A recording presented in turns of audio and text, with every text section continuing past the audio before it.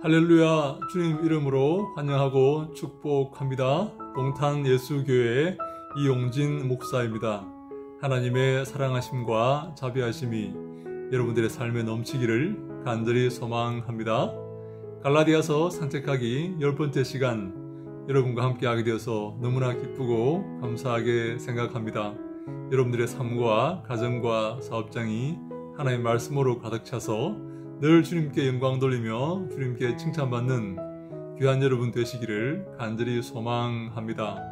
오늘 함께 볼 말씀은 갈라디아서 2장 11절 12절 말씀입니다. 게바가 안디옥에 이르렀을 때에 책망받을 일이 있기로 내가 그를 대면하여 책망하였노라. 야고보에게서 온 어떤 이들이 이르기 전에 게바가 이방인과 함께 먹다가 그들이 오매 그가 할례자들을 두려워하여 떠나 물러가매.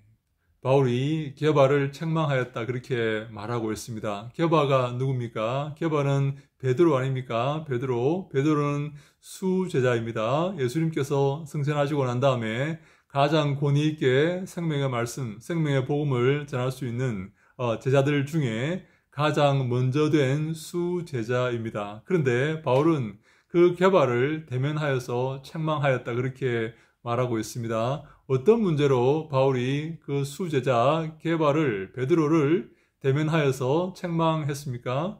베드로가 이방인과 함께 밥을 먹고 있다가 예루살렘에서 온 사람들이 도착하자 게바가 황급히 자리를 피했다는 것입니다. 이방인들과 함께 먹다가 유대인들이 오자 황급히 자리를 피한 것이죠. 원래 유대인들은 이방인과 함께 식사하지 않습니다. 식사는요, 언약의 한 세레모니입니다. 한 예식 중에 하나입니다. 그래서 이방인들은 유대인의 식탁에 참여할 수가 없지요. 유대인들은 유대인들끼리 밥을 먹지 절대로 이방인들과 함께 밥을 먹지 않습니다. 언약 공동체에 속한 자들이 아니기 때문에 함께 밥을 먹지 않는 것이죠. 그런데 이 유대인의 이 계명은, 이 율례는 이제 예수 그리스도의 보혈로 깨어지게 되었습니다. 이제 예수 그리스도 안에서 유대인도 없고 이방인도 없습니다. 남자도 없고 여자도 없으며 자유인도 없고 종도 없습니다. 예수 그리스도 안에서 우리 모두는 한 가족이 된 것입니다. 하나가 된 것입니다. 모든 담을 예수 그리스도께서 다 허물어 버리신 것이죠. 그래서 이제 우리는 담을 쌓고 지내는 것이 아니라 담 없이 누구나 하나가 되어서 그리스도 안에서 하나가 되어서 한 가족이 되어서 지낼 수 있게 된 것이죠. 그런데 베드로는 이러한 예수 그리스도의 계명과 말씀을 받았음에도 불구하고 이방인들과 함께 식사하다가 유대인들이 오자 황급히 자리를 피해버린 것입니다. 유대인들이 자신을 비난할까 두려웠던 것이죠. 왜 베드로는 이방인과 함께 식사했습니까? 베드로는 이방인과 함께 식사함으로 예수 그리스도의 보혈이 모든 담을 헐었다는 것을 보이기를 원했지 않았겠습니까? 그런데 왜 황급히 유대인들이 오자 자리를 피했을까요? 아직도 예수 그리스도의 그 보혈의 공로, 이신칭의 복음을 제대로 이해하지 못하고 제대로 실천하지 못했기 때문 아니겠습니까? 베드로는 유대인들이 오자 이방인들과 함께 식사하다가 황급히 자리를 피합니다. 유대인들의 비난이 두려웠기 때문이 아니겠습니까? 바울은 그 베드로를 강력하게 책망합니다. 강력하게 책망하고 맙니다. 너가 예수 그리스도의 복음을 알았음에도 불구하고 유대인들이 오자 이방인들과 함께 먹던 그 자리에서 벗어나서 황급히 피하였단 말인가? 그것을 바울은 지금 책망하고 있습니다. 바울은 그것이 복음의 정신을 강하게 훼손하는 것이라고 생각했던 것입니다. 복음은 무엇입니까? 이신칭의 복음 아닙니까? 오직 믿음으로 구원받는 복음입니다. 어떤 조건이나 어떤 혈통이나 어떤 자격으로 구원받는 것이 아닙니다. 사람의 노력으로 구원받는 것이 아니에요. 오직 하나님의 은혜로 구원받습니다. 선물로 구원받습니다.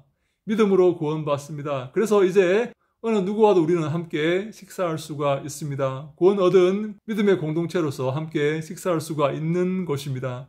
그 자리를 피했다는 것은 이방인과 함께 밥 먹다가 그 자리를 피했다는 것은 그 예수 그리스도의 그 구원의 공로, 그 보혈의 공로, 이신칭의의 복음을 훼손했던 것이다 라고 바울은 보았던 것입니다. 그래서 바울은 가장 강력한 사도였던 베드로를 대면하여 책망하게 된 것입니다. 가장 소중했던 그 복음의 정신이 훼손되었기 때문에 그렇습니다. 사랑하는 여러분, 바울이 얼마나 이 복음의 정신을 소중히 여기고 이 복음을 지키려고 했는지 여러분 이해하시겠습니까?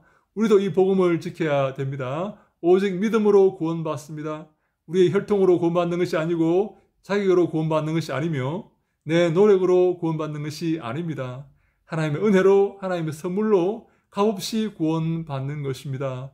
그래서 우리는 값없이 받은 그 구원을 값없이 전하고 값없이 주의 사랑을 나누어줄 의무가 있는 것입니다.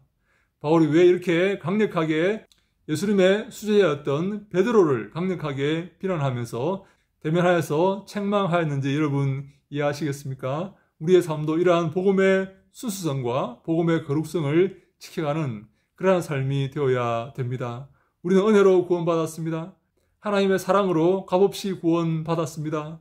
그렇다면 어떠한 삶을 살아야 될까요? 값없이 하나님의 사랑을 전하는 삶을 살아야 됩니다.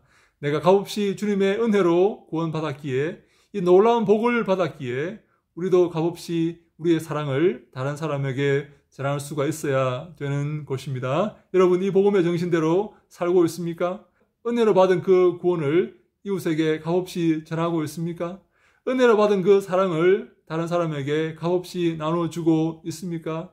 이러한 삶을 살아야 합니다. 그러한 삶을 사는 사람은 바로 하나님의 그 구원의 공로를 기억하며 하나님께 영광 돌리는 사람입니다. 주님이 기뻐하시는 사람이고 복음의 정신 가운데 살아가는 사람입니다. 이러한 복이 우리 모두에게 그리고 여러분의 교회에 여러분의 삶의 터전 위에 항상 넘치기를 간절히 소망합니다. 여러분들이 이러한 복음의 정신을 잘 이해하고 이 복음의 정신을 여러분들의 삶에 실천하여서 주님께 영광 돌리기를 간절히 소망합니다. 할렐루야! 샬롬!